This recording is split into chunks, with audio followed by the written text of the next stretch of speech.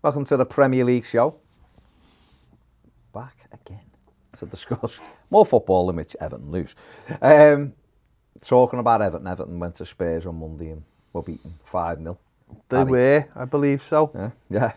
We won't talk much about that. No. Harry Kane was involved in a couple. He was. The goals. Well, he was involved in more than a couple, but he scored a couple himself and was fantastic in general, because he is. And the lads on the last fan standing have been talking about whether he's overrated. We'll tell you what we think after this clip. The reason I hate Harry Kane, and I'll be honest, is because he's a good player. If he wasn't good, wouldn't name he scores goals. I think he has improved his game with his assists as well. But there is that little doubt about him, and the doubt is, okay, in the Euro, was it the Euros or the World Cup? Should have played in. I think it was the World Cup. Should have played in Sterling. And we go through, and the greediness side of him means he wants to be the glory man all the time. He ends up, we go and get knocked out. But I don't think you can deny what you said there. A great goal scorer. Better than and Henry. I think. I'm not even going to have that conversation. Better than Thierry Henry. Whoa. He's nowhere Much better. nowhere near in the class of Thierry Henry. But That's crazy. Of course he is. But No. He isn't. Yes, mate, yes. You know Yes. He hasn't got the tools. Paul's nodding with me. He hasn't got the tools. Sorry, bro. I've been one of these guys that has argued against Thierry Henry all my life in the school playground, yeah. But listen, Thierry Henry put the fear of God into everybody going. Harry Kane, yes, but if it comes up against you in the final, I don't think you're that scared. Mr. Lee Judges wasn't very forgiving of Harry Kane there, was he, from an incident that happened just under 4 years ago? What a load of nonsense. What a load of that. I mean, there's been bitter and then there's just been talking absolute dross, isn't it? Harry Kane, for me, is not overrated. He's a fantastic footballer. He's someone who, when he broke through, I looked at and thought, I'm not sure. He's not got a trick. He's not got any real pace about him. He's not particularly great in the air. Can he do it? And what a footballer he's been since. He's just got better and better and better every single year. He's even changed, hasn't he, so much that, like, very much a back-to-goal striker at the start, but would score great goals. And then now, last few years, so intelligent, dropping in and passing. And we obviously saw this the other night, you know, with two different goals, but two very, very good goals. Yeah, it's different class, isn't he? You know, as strikers go, you know, he's the best striker in the Premier League. He's one of the best strikers in the world. I still think he's behind Lewandowski as just as an all-round striker. But he's just fantastic, and he's in the last couple of months has started to find that form again. That sort of went missing at the beginning of the season. And, you know, coming into the season, obviously, coming off the Euros, not getting the move to City, will have affected him, of course it will, especially if he really had set up for a new club and a new, you know, different things, playing Champions League and all this kind of thing. Mentally, I think that would affect him massively. Practically saying your goodbyes to a football club and then having to come back for it, where, you know, with his tail between his legs. So he's got back into it. I think Conte coming in has changed him for the better. And he's just an outstanding player. I don't think he's overrated at all. You want your strikers to be have that selfish streak, but also, you know, talking about something that happened 4 years ago or whatever, it's just nonsense because he's grown as a player since then. So he's actually, you know, maybe if that was today, he might make that pass or he might be able to finish it better. So I don't think he's overrated. Don't get me wrong, I don't think he's as good as Thierry Henry either. No. Thierry Henry was unbelievable, just unbelievable. Like the kind of player that you don't see too many of about. I think the closest you've got to him in the world at the moment is Mbappe. He's a French striker, stunning player. Just in the way. Don't get me wrong, players like Salah and you know and unbelievable, but just in the way he does things. Yeah. But Kane is it's a weird one with Kane as well, because you do look at it and think, you look at him coming back into that form and think, sure he's got to. I'm not saying he needs to move. That's up to him now. He's gone through all that. But as good as he is, he's not going to get Spurs into the Champions League. I don't believe anyway. And he's not going to get them the trophies that his level deserves. I mean, Shearer, I think, is the all-time goal scorer, isn't he? At least he got one Premier League trophy. So he can always have that, can't he? Kane's got to be very careful that he doesn't finish his career without a trophy. I think it's dead interesting, this, isn't it? Because obviously, we know where our club's talked about where anyone who's any good has to move. And I wouldn't sit here and try and do the same to Spurs and Harry Kane. But he had mentally checked out in the summer from there. He obviously had the disappointment of losing the Euros, the final. And then the move didn't happen to City and he took a while to go. He has talked about how ambitious he is. He's 29. Now, Spurs, with all due respect, Spurs could get in the top 4 this season. They're right in it. There's other teams got games in hand, but they're right in it. But do you think that's enough for his level of football? No, because I don't think,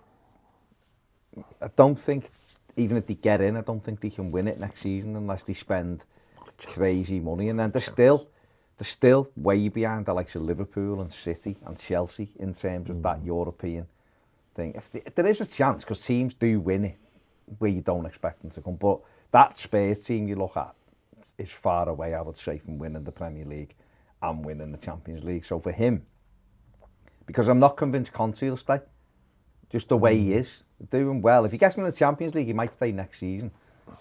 I don't know whether Levy and Tottenham give him the money and the reserves that he wants. No. That Spurs team will never ever win the Premier League. No. Never ever win the Champions League. It'd have to change. But so for him, it depends, doesn't it? Does he end up Matt Letizia and stay at Spurs all his career and maybe not win anything and just go, well, I was a really good footballer, scored loads of goals, and I played for a club I like. Do you think then if he doesn't move, do you think he'll be judged? He'll never be judged as a top player because he didn't win a trophy and he didn't test himself at a club that is on the verge of winning something. I think some people will judge that. I won't. I'd look at him and think, what a fantastic footballer. Alan Shearer was incredible, but he was incredible for Newcastle. He won nothing for Newcastle. He'd done nothing. Yeah. He won, like you said, he won the league very early on with Blackburn, but that was it. He didn't do anything else there. Then he went to Newcastle and he should have gone to United and won all sorts with Ferguson, but he went to the club he supported and he was a fantastic footballer. You look at people like Les Ferdinand, he was brilliant but never won anything. Great strikers in the Premier League era. Harry Kane is good enough to play for Man City and win trophies, Premier Leagues. So I guess some people will ultimately look at him and go, well, he never won the Champions League and he never won the Premier League. So yeah, he was a good player, but he wasn't one of the best. Where the reality is he's an unbelievable centre forward. If he went to Real Madrid or he went to Bayern Munich, he would win stuff and they would win the league. But like I said before, I don't want to be one of those fans that are like, he has to leave. No, that's up to him, not big enough. That's not That's to up do to with him, that. isn't it? But what also was going to say before we finish on this point, Spurs were very good against Everton the other night, but he scored 2 great goals. But in the summer, do you see either Manchester club coming back for him? Because I looked at him against us the other night, and he showed both sides of his game. And when you see him, the way he drops into that space, he'd suit City perfectly, wouldn't he? I don't know, to be honest, because I don't know whether it's the City thing's gone. That gone now. And Pep, I don't know. Pep might be looking at Haaland, but then Haaland looks like he's destined for Real Madrid. For some reason. But Mbappe's going to Madrid, isn't he? You have both of them. Turn them into a top team again. Yeah. United, it's exactly what United need. Yeah. I mean, he could really could turn United into a top side, and it would almost be like rubbing. I don't think United would fall into the trap City fell into. I think Man United would pay the money. Probably. I think they'd pay the money. I think they'd clear the decks this summer and they'd prepare to pay the money because ultimately he's someone who would move them would move them so much closer to being in there. Not maybe not for the title, but right in there. It's a statement signing. He's not going to get slower, is he? Statement signing, isn't it? But I think City might have come and gone now. So Interesting. So good win for Spurs against Everton. Everton in deep trouble, deep trouble. But yeah, Harry Kane isn't overrated. Not in our opinion, anyway. On to the games of the weekend. Leicester beat Leeds 1-0 Leeds with Jesse Marsh.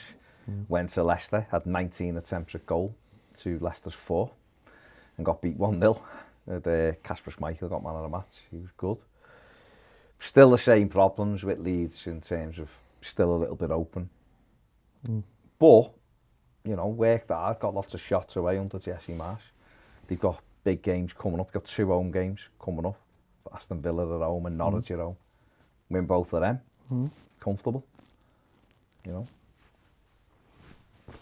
Leicester, innit?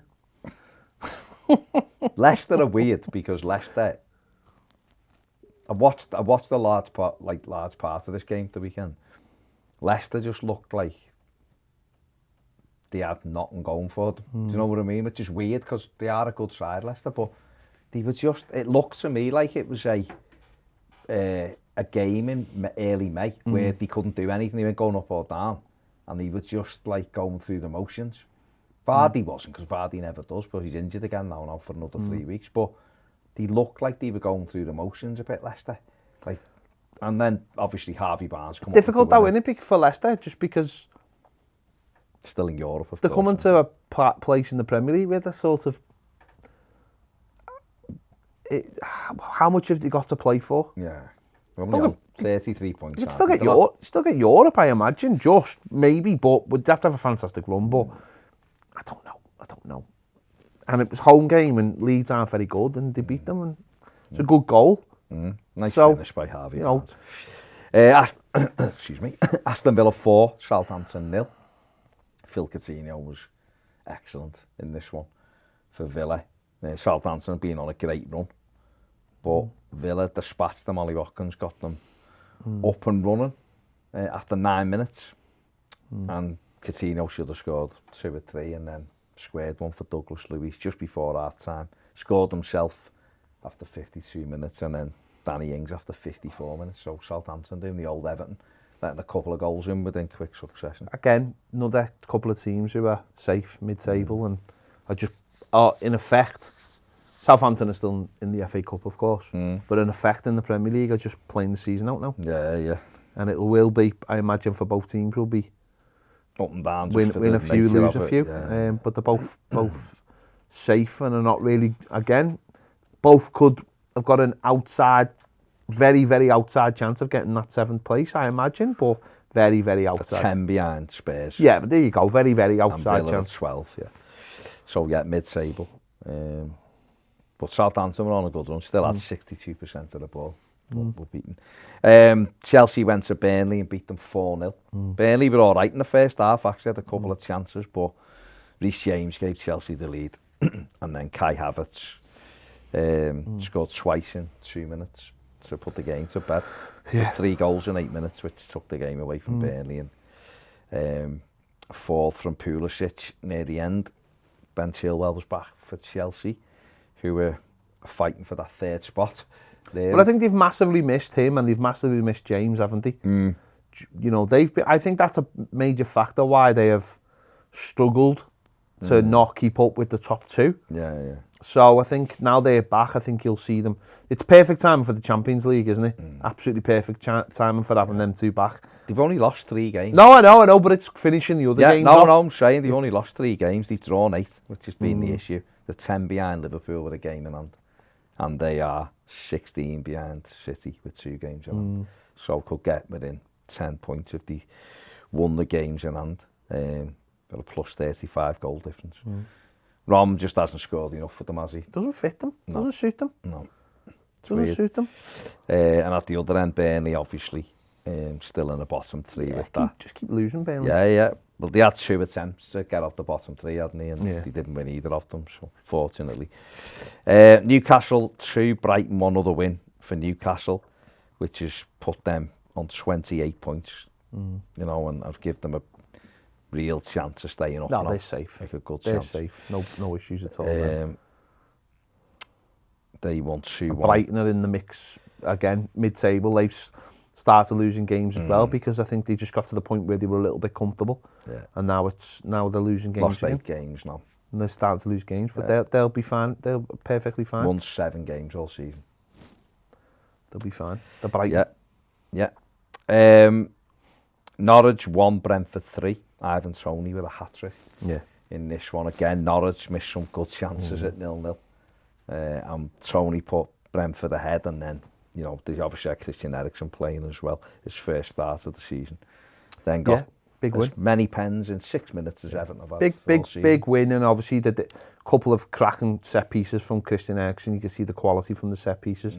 But Norwich are dross, and I can't believe we got beat by them. But I think Norwich have almost, you look at them now and they're not cut adrift, but you almost get the sense that they've run their course.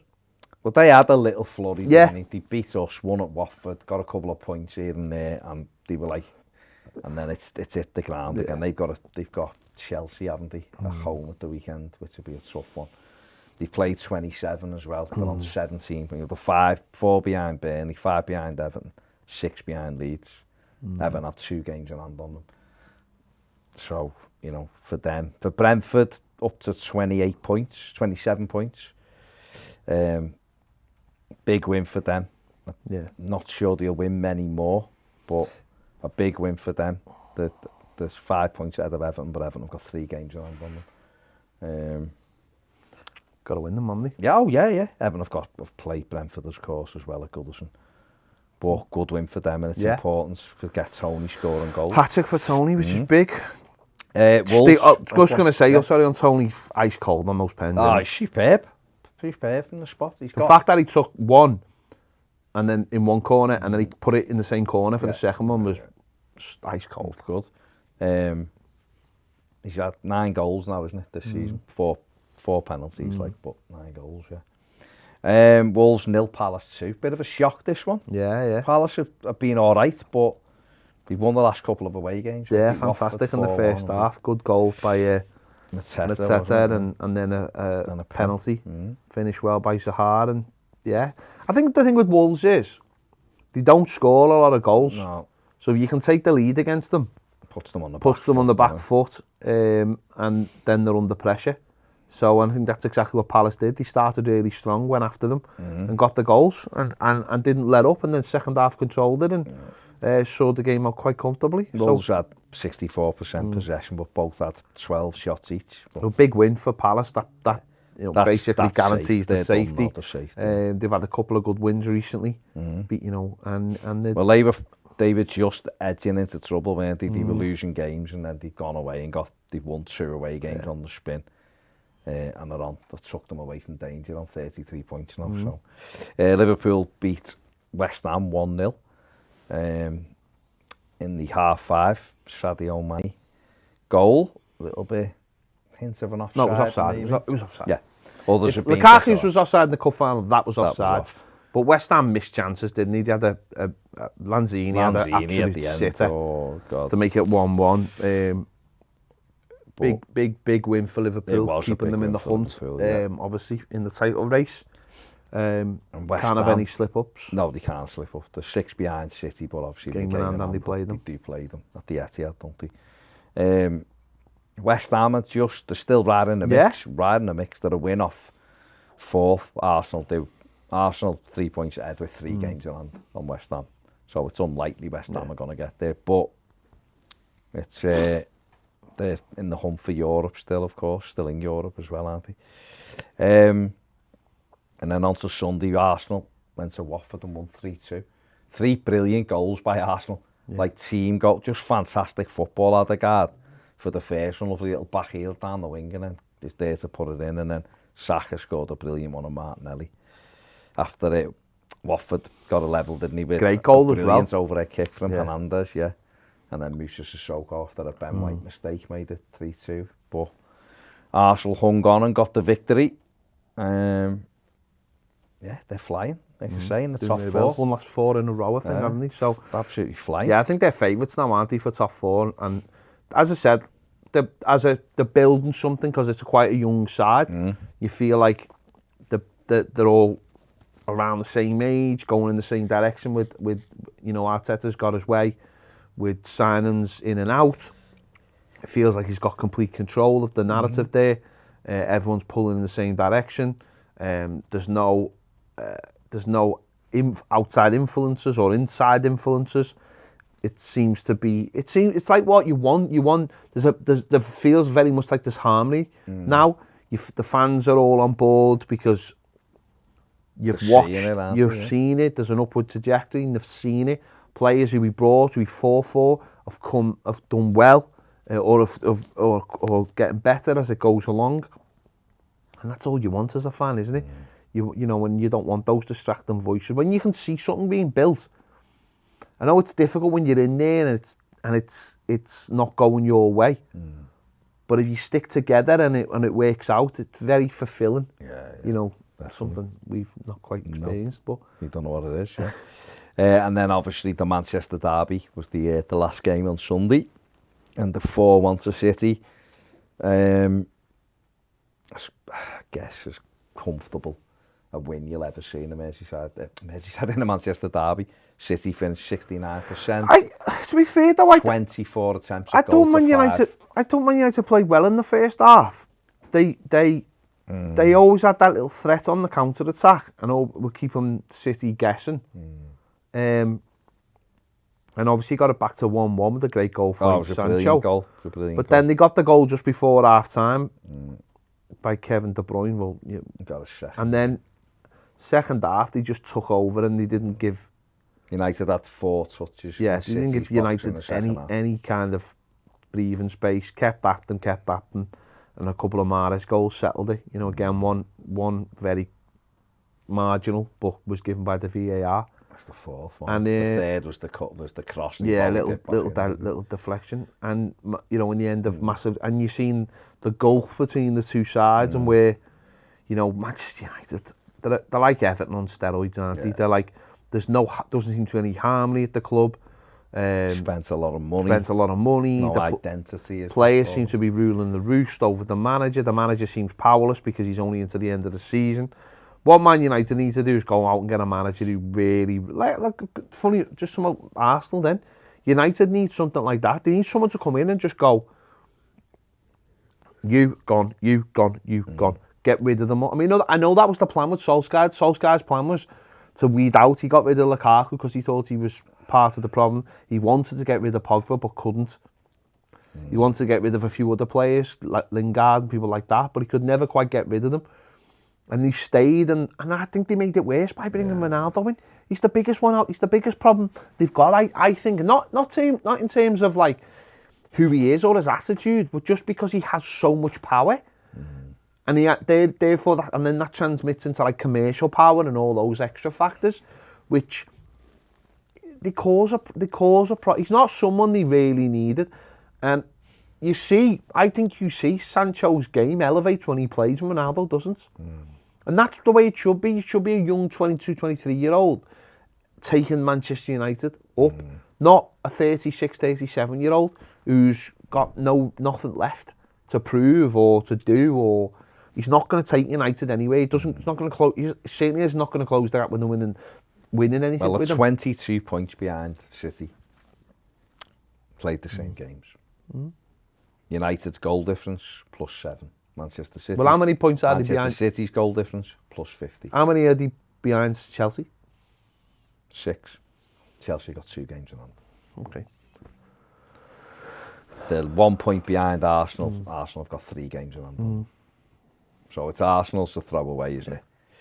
Although Spurs are 3 points behind Arsenal. Arsenal only got 1 game in hand. Interesting. So that's interesting. I think Wolves are too far gone from it to be in the race for that particular position. But you'd have to say that Spurs, West Ham, it's between obviously them for Arsenal, United, Spurs, West Ham. For that place, Arsenal look the favourites right now. The league is Man City 69 points from 28 games, Liverpool 63 from 27, Chelsea 53 from 26, Arsenal 48 from 25, United 47 from 28, West Ham and Spurs 45 points, West Ham have played 2 games more, Wolves 40 from 27 in 8th, Southampton 35 from 27 in 9th, Palace 33 from 28 in 10th, Villa 33 points from 26, Leicester 33 points from 25, and Brighton 33 points from 27. Then comes the relegation battle, and Newcastle are in it because they are still in it. So they've got 28 points in 26 games. Brentford have got 27 points in 28 games. Leeds have got 23 points in 27 games. Everton have got 22 points in 25 games. Burnley have got 21 points from 26 games. Watford 19 from 27 and Norwich 17 from 27. Interesting. So lots to play for. Right, make sure you check out the rest of that video on Bet Victor's YouTube channel. The link is in the description. See what else they're getting discussed on that. Talking about Man City and talking about which fan base is the most deluded. That'll be very interesting. Yeah. It'll be very interesting. Cool. Go and check that out. Leave a comment. Make sure you give this video a thumbs up. Subscribe if you haven't. And if you want daily live videos and lots more things, join us over on Patreon. The link again is in the description. See you later.